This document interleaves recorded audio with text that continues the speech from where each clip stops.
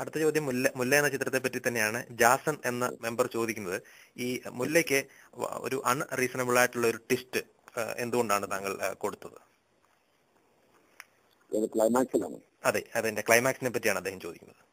അല്ല, അത് വളരെ ജനുവനായിട്ട് ആ സിനിമയുടെ സബ്ജക്റ്റിനെ സമീപിക്കേണ്ട എഴുത്തുകാരൻ എന്ന് പറയുന്നത് ഉത്തരവാദിത്തമുള്ളത് കൊണ്ടാണ്. കാരണം നമുക്ക് സ്ഥിരം സിനിമയുടെ ഒരു കൊമേഴ്സ്യൽ സിനിമയുടെ ഫോർമുലയിൽ ഒന്നും സംഭവിക്കാതെ വളരെ സന്തോഷത്തോടുകൂടി റെയിൽവേ സ്റ്റേഷനിൽ കാത്തു നിൽക്കുന്ന ഒരു നായകനും സിനിമ വേണമെങ്കിൽ അവസാനിപ്പിക്കാം. പക്ഷെ അത് പറ്റാത്തത്, അവൻ താമസിക്കുന്ന ഒരു കോളനിയിൽ പോലീസിന്റെ ഭയങ്കരമായിട്ടുള്ള ആക്രമണം ഉണ്ടാവുകയും ഒരുപാട് പേർ കൊല്ലപ്പെടുകയും ചെയ്തു എന്ന് നമ്മൾ പറയുന്നതിന്റെ ഒപ്പം മുല്ല എന്ന് പറയുന്ന ആൾക്ക് മാത്രം ഒന്നും സംഭവിച്ചില്ല, അവൻ ഇപ്പോഴും സുന്ദരകുട്ടപ്പനായിട്ട് ഇവിടെയും കാത്തിരുന്നു എന്ന് പറയുന്നതിൽ ഒരു യുക്തിയില്ല അതിനുണ്ട്. അപ്പോൾ നമ്മൾ അതാണ് ശ്രദ്ധിച്ചത്. നമുക്ക് നമ്മളുടെ സിനിമയിൽ അഭിനയിക്കുന്ന താരത്തിന്റെ താരമൂല്യത്തിനെ നിലനിർത്തി സിനിമ അവസാനിപ്പിക്കാനല്ല, നമ്മൾ പറഞ്ഞ കഥാപാത്രത്തിന്റെ വ്യത്യസ്തമായിട്ടുള്ള കഥാപാത്രം ആവശ്യപ്പെടുന്ന അല്ലെങ്കിൽ കഥാപാത്രം ഡിമാൻഡ് ചെയ്യപ്പെടുന്ന അവസ്ഥകളെ നമുക്ക് ഒഴിവാക്കാൻ പറ്റാത്തത് കൊണ്ട് നമ്മൾ ആ അവസ്ഥകളെയാണ് നമ്മൾ ഫോക്കസ് ചെയ്തത്. അതുകൊണ്ടാണ് ആർട്ടിസ്റ്റ് ഉണ്ടായത്. ഹിസ് ഹൈനസ് ഹാജി എന്ന മെമ്പർ ചോദിക്കുന്നത്, മുല്ലയുടെ പരാജയമാണോ പുതിയ മുഖം എന്ന ഒരു വിജയ ചിത്രം അണിയിച്ചൊരുക്കുവാൻ പ്രചോദനമായത് എന്നാണ്. അല്ല, നമ്മൾ ഓരോ സിനിമയും സമീപിക്കുമ്പോഴത്തേക്ക് നമുക്ക് വിജയിക്കുമോ എന്നറിയില്ല. മുല്ലയ്ക്ക് മുമ്പ് തന്നെ നമ്മൾ പൃഥ്വിരാജുമായിട്ട് കണക്ട് ചെയ്തിരുന്ന സബ്ജക്റ്റാണ് പുതിയ മുഖത്തിന്റെ. മുല്ല എന്ന് പറയുന്ന സിനിമ ചെയ്തു, നമ്മൾ പുതിയ മുഖത്തിലേക്ക് വന്നു, പുതിയ മുഖം ഒരു വൻ വിജയമായി, അത്രേ ഉള്ളൂ. അപ്പൊ അത് കഴിഞ്ഞപ്പോൾ നമ്മൾ എൽസമ്മയിലേക്ക് വന്നു. അപ്പോൾ ഒരു സിനിമ നമ്മൾ ചെയ്യുമ്പോഴും ഇതൊരു വൻ വിജയമാകും എന്ന് പറഞ്ഞിട്ട് നമുക്കൊരു സിനിമയും ചെയ്യാൻ പറ്റില്ല. പക്ഷെ ഒരു വിശ്വാസമാണ്, നമ്മൾ ചെയ്യുന്ന സിനിമ നന്നാവും എന്ന് പറയുന്ന വിശ്വാസമാണ്. ആ വിശ്വാസം ചില സ്ഥലങ്ങളിൽ പരാജയപ്പെടും, ചില സ്ഥലങ്ങളിൽ അതിന് വിജയം കണ്ടെത്തും. അപ്പോൾ മുല്ലയിൽ ആ വിശ്വാസം ചിലപ്പോൾ, നമ്മളുടെ വിശ്വാസം ചിലപ്പോൾ തെറ്റിപ്പോയിരിക്കാം. പുതിയ മുഖത്തിലും ആ വിശ്വാസം ശരിയായി, ഇപ്പോൾ എൽസമ്മയിലും അത് ആവർത്തിച്ചു. അല്ല, താങ്കൾ തന്നെ മുൻപ് സൂചിപ്പിക്കുകയുണ്ടായി, ഇപ്പൊ ദിലീപ് എന്ന നടനെ പ്രേക്ഷകർ കാണാൻ ആഗ്രഹിച്ചത് ഒരു പക്ഷെ വേറൊരു രീതിയിലായിരിക്കും, അതുകൊണ്ടായിരിക്കാം മുല്ല ചിത്രം പരാജയപ്പെട്ടതെന്ന്. അപ്പൊ തീർച്ചയായിട്ടും പുതിയ മുഖത്തിൽ വന്നപ്പോൾ താങ്കൾ പൃഥ്വിരാജിനെ ആരാധകർക്ക് ഇഷ്ടപ്പെടുന്ന രീതിയിൽ അവതരിപ്പിച്ചു. അങ്ങനെ ഒരു വിലയിരുത്തലാണ് ഒരു പക്ഷേ ഇദ്ദേഹം നടത്തുന്നത്. അല്ല, ഒരു പക്ഷെ അതിനകത്തുള്ളൊരു സംഭവിച്ചാൽ ഒരുപക്ഷെ പൃഥ്വിരാജിന്റെ ഫാൻസുകാർക്ക് ഏറ്റവും കൂടുതൽ എതിർപ്പുണ്ടാകുന്ന രീതിയിലായിരിക്കും നമ്മൾ ഏറ്റവും ആദ്യം ആ ക്യാരക്ടറെ ഇൻട്രൊഡ്യൂസ് ചെയ്തത്. സിനിമയുടെ ഒരു ഘട്ടം വരെ ആ ഫാൻസുകാർക്ക് പോലും, പക്ഷെ ഫാൻസോ ആരാധകരോ ഒന്നും അല്ല നമ്മളുടെ വിഷയം, നമ്മൾ ചെയ്യുന്ന സിനിമയാണ് വിഷയം. നമ്മൾ ആരാധകർക്ക് വേണ്ടി സിനിമ കഴിവതും ഉണ്ടാക്കാറില്ല. അപ്പം പുതിയ മുഖത്തിൽ ആരാധകരെ സംതൃപ്തിപ്പെടുത്തുന്ന എന്തെങ്കിലും ഘടകങ്ങൾ അതിലുണ്ടെങ്കിൽ അത് ആരാധകർക്ക് വേണ്ടി ഉണ്ടാക്കിയതേ അല്ല നമ്മൾ. അത് ആ സിനിമയുടെ കഥ ഡിമാൻഡ് ചെയ്യുന്ന അതിലെ കഥാപാത്രത്തിന്റെ കഥാഗതിയിൽ ആവശ്യമായിട്ടുള്ള സന്ദർഭങ്ങളാണ്. നമ്മൾ പറയുന്ന കൃഷ്ണകുമാറിന്റെ കഥ, കൃഷ്ണകുമാറിന്റെ ജീവിതത്തിന്റെ ഗ്രാഫ് ഇങ്ങനെയാണ് പോകുന്നത്, അവന്റെ ലൈഫിൽ ഉണ്ടാകുന്ന ട്വിസ്റ്റുകൾ ഇങ്ങനെയാണ്, അത് നമ്മൾ രസകരമായി പറയുകയാണ് ചെയ്തത്. അത് ആരാധകരെ സംതൃപ്തിപ്പെടുത്തിയിട്ടുണ്ടാവും. അല്ല, ആരാധകർക്ക് വേണ്ടിയിട്ട് നമ്മൾ ഉണ്ടാക്കിയ സിനിമയല്ല പുതിയ മുഖം. കാരണം എൽസമ്മയും വിലക്കുമ്പോഴും അതുപോലെ തന്നെയാണ്. എൽസമ്മയ്ക്ക് ആരാധകരെയാണ് നമ്മൾ ഫോക്കസ് ചെയ്തത്, നമ്മൾ ആരാധകരെയും ഫോക്കസ് ചെയ്യുന്നില്ല. പക്ഷെ എൽസമ്മയ്ക്ക് ഇപ്പോൾ ആരാധകരുണ്ട്. അടുത്ത ചോദ്യം ശ്യാമവാനിൽ എന്ന മെമ്പറാണ് ചോദിക്കുന്നത്, പുതിയ മുഖം എന്ന സിനിമയിൽ മീര നന്ദൻ അവതരിപ്പിച്ച കഥാപാത്രം താങ്കൾ യഥാർത്ഥ ജീവിതത്തിൽ നിന്ന് അഡോപ്റ്റ് ചെയ്തതാണോ? അങ്ങനെ ചോദിക്കാൻ കാരണം ആ ചിത്രത്തിലെ മീരാനന്ദൻ അവതരിപ്പിച്ച കഥാപാത്രത്തിന് വളരെ പ്രത്യേകതകൾ ഉണ്ടായിരുന്നു, വളരെ വളരെ വ്യത്യസ്തമായ മാനറിസം ആയിരുന്നു ആ കഥാപാത്രത്തിന് ഉണ്ടായിരുന്നത്. താങ്കൾ ഇതിനെപ്പറ്റി എന്താണ് പറയാനുള്ളത്? അല്ല, ഒരു കഥാപാത്രത്തെ നമ്മൾ എഴുതുമ്പോഴത്തേക്ക് എന്തെങ്കിലുമൊക്കെ ആത്മാംശങ്ങൾ എവിടെയെങ്കിലുമൊക്കെ ഉണ്ടാകുമ്പോഴത്തേക്ക് ആയിരിക്കാം ചിലപ്പോൾ ആളുകൾക്ക് അത് പെട്ടെന്ന് കമ്മ്യൂണിക്കേറ്റ് ചെയ്യപ്പെടുന്നു.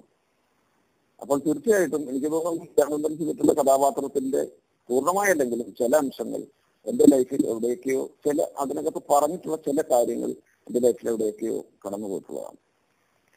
അടുത്ത ചോദ്യം സിനിമാ ഭ്രാന്തൻ എന്ന മെമ്പറാണ് ചോദിക്കുന്നത്, ഒരു സ്ക്രിപ്റ്റ് റൈറ്റർ എന്ന നിലയിൽ താങ്കൾ എങ്ങനെയാണ് സ്വയം വിലയിരുത്തുന്നത്? താങ്കളുടെ പല ചിത്രങ്ങളും കാണുമ്പോൾ ഒരുപക്ഷെ താങ്കൾ ഡയറക്ടർ ഓറിയന്റഡ് ആയി ചിന്തിക്കുന്ന അല്ലെങ്കിൽ തിരക്കഥ എഴുതുന്ന ഒരു തിരക്കഥാകൃത്ത് എന്നാണ് താങ്കളെ പറ്റി വിലയിരുത്തപ്പെടുന്നത്. അപ്പോൾ താങ്കൾക്ക് ഈ സ്ക്രിപ്റ്റ് റൈറ്റിംഗ് എത്രത്തോളം ആത്മസംതൃപ്തി നൽകുന്നുണ്ട്, അല്ലെങ്കിൽ പ്രൊഫഷണൽ റൈറ്റിംഗിൽ അത് എത്രത്തോളം സാധ്യമാണ്? എന്നെ സംബന്ധിച്ചിടത്തോളം ഞാൻ എഴുത്തില് എന്റെ ഒരു സിനിമ എന്റെ ഒരു എഴുത്തിന്റെ രീതി എന്ന് പറയുന്നത് ജീവിതത്തോട് വളരെ അടുത്ത് നിൽക്കുകയും ജീവിതത്തിലെ വൈകാരികമായിട്ടുള്ള സന്ദർഭങ്ങള് ജീവിതത്തിലെ റിയൽ ലൈഫിലെ പോലെ രസകരമായ നർമ്മത്തിലൂടെ കടന്നു പോകുന്ന കഥകള് വളരെ നമുക്ക് ഫെമിലിയർ ആയിട്ടുള്ള ആളുകൾക്കിടയിൽ നിന്നും കഥ പറയുന്ന ഒരു രീതിയാണ് പലപ്പോഴും പല സിനിമകളിലും അല്ലെങ്കിൽ ഇതുവരെയുള്ള എന്റെ എല്ലാ സിനിമകളിലും ഞാൻ എഴുതാനായിട്ട് എന്റെ എഴുത്തിൽ തുടർന്നു വരുന്ന രീതി. പിന്നെ സ്ത്രീകളുടെ കഥാപാത്രങ്ങൾക്ക് എപ്പോഴും വളരെ പ്രാധാന്യത്തോടുകൂടി മാത്രം സിനിമയിൽ അവരെ ഉപയോഗിക്കുക, അങ്ങനെയൊക്കെ ആണ് എന്റെ ഒരു എഴുത്തിന്റെ രീതി എന്ന് പറയുന്നത്. അപ്പോൾ അത് അത്തരം ഒരു എഴുത്തിന്റെ രീതി ഇതുവരെ അത് ഞാൻ വർക്ക് ചെയ്യുന്ന സംവിധായകരെല്ലാം എന്റെ ആ സ്ക്രിപ്റ്റിന്റെ ഭഗവാൻ ഇഷ്ടപ്പെടുകയും നമ്മുടെ കാഴ്ചപ്പാടുകൾ ഇഷ്ടപ്പെടുകയും ചെയ്യുന്ന ആളുകളാണ്. അപ്പോൾ ആ ഒരു രീതിയിൽ ഞാൻ സംതൃപ്തനാണെന്നുള്ളതാണ് എന്റെ ഒരു വിശ്വാസം. അടുത്ത ചോദ്യം വീണ്ടും ശ്യാമമാലിൽ എന്ന മെമ്പറാണ് ചോദിക്കുന്നത്. ജീവിതം തോൽക്കാൻ ഉള്ളതല്ല, ജയിച്ച് കാണിച്ചു കൊടുക്കാനുള്ളതാണെന്നാണ് പുതിയ മുഖം എന്ന സിനിമയിലൂടെ താങ്കൾ പ്രേക്ഷകരോട് ഒരുപക്ഷെ പറയാൻ ശ്രമിച്ചത്. പുതിയ മുഖത്തിലെയും അല്ലെങ്കിൽ ഇപ്പോ പുതിയ മുഖത്തിന്റെ വിജയം, അതിനുശേഷം ഇപ്പോൾ എൽസമ്മയുടെ വിജയം, താങ്കൾ സ്വന്തം സിനിമാ ജീവിതത്തിലും അത് കാണിച്ച് തരികയാണെന്നാണ് അദ്ദേഹത്തിന്റെ വിലയിരുത്തൽ. ഇപ്പോഴത്തെ ഒരു മലയാള സിനിമ വ്യവസായത്തിന്റെ അവസ്ഥയിലൂടെ നോക്കിക്കാണുമ്പോൾ ഒരു പരാജയ ചിത്രം തിരക്കഥാകൃത്തുക്കളെ പരീക്ഷണങ്ങൾക്കപ്പുറം കൊമേഴ്സ്യലായ ഒത്തുതീർപ്പുകൾക്ക് പ്രേരിപ്പിക്കുന്നു എന്ന് താങ്കൾ കരുതുന്നുണ്ടോ? നമ്മളെ സംബന്ധിച്ചിടത്തോളം, എന്നെ സംബന്ധിച്ചിടത്തോളം ഞാൻ ഒരു കൊമേഴ്സ്യൽ സിനിമയുടെ ഭാഗമായിട്ടുള്ള റൈറ്ററാണ്. അല്ലെങ്കിൽ കാരണം സിനിമ എന്റെ ജീവിത മാർഗമാണ്. അപ്പോൾ ആ ജീവിത മാർഗമായിട്ടുള്ളത് കൊണ്ട് തന്നെ ഇവിടെ എഴുതുന്ന സിനിമകൾക്ക് തിരിച്ച് തിയേറ്ററിൽ നിന്നും മുടക്കുന്ന ആൾക്ക് അതിന്റെ പൈസയും അതിന്റെ ലാഭവും കിട്ടുക എന്ന് പറയുന്ന ഒരു ഉത്തരവാദിത്വം എനിക്കുണ്ട്.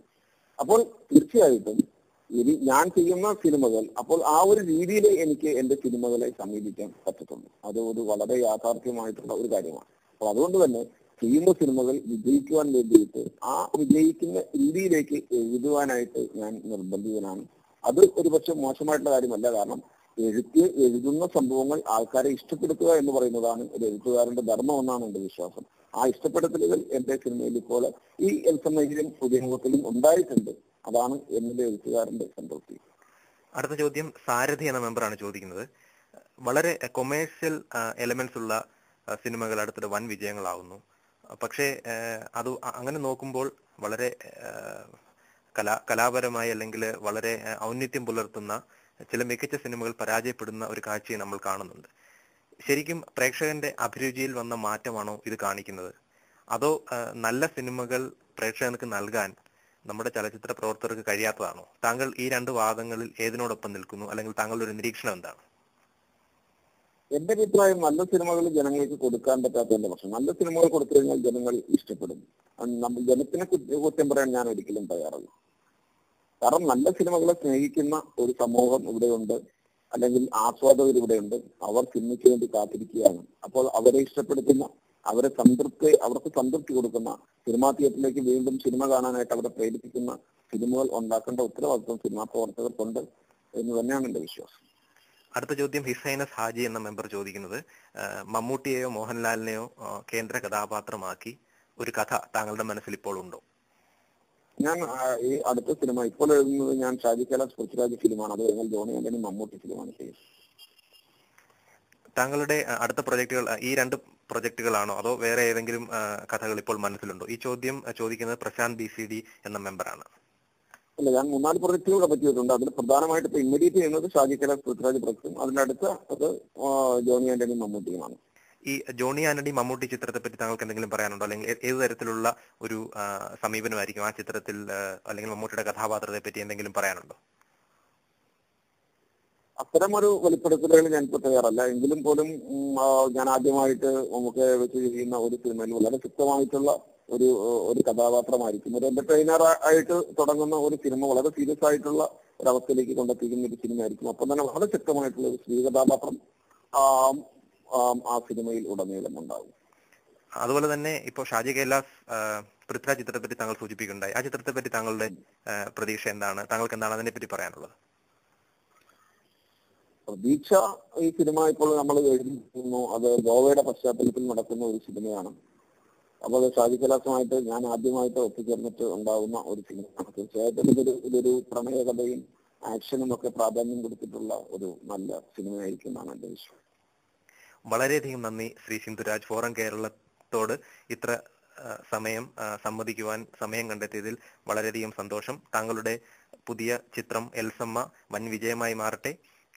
അതുപോലെ തന്നെ താങ്കൾ സൂചിപ്പിച്ച വരാനിരിക്കുന്ന ചിത്രങ്ങളൊക്കെ വൻ വിജയങ്ങളായി തീരട്ടെ. പ്രേക്ഷകർ ഈ ചിത്രങ്ങളൊക്കെ നിറഞ്ഞ മനസ്സോടെ സ്വീകരിക്കട്ടെ എന്ന് ആത്മാർത്ഥമായി ആഗ്രഹിക്കുന്നു. വളരെയധികം നന്ദി. അപ്പോൾ ഫോറം കേരളത്തിലെ എല്ലാ പ്രവർത്തകർക്കും എന്റെ നന്ദി അറിയിക്കുന്നു. Thank you sir.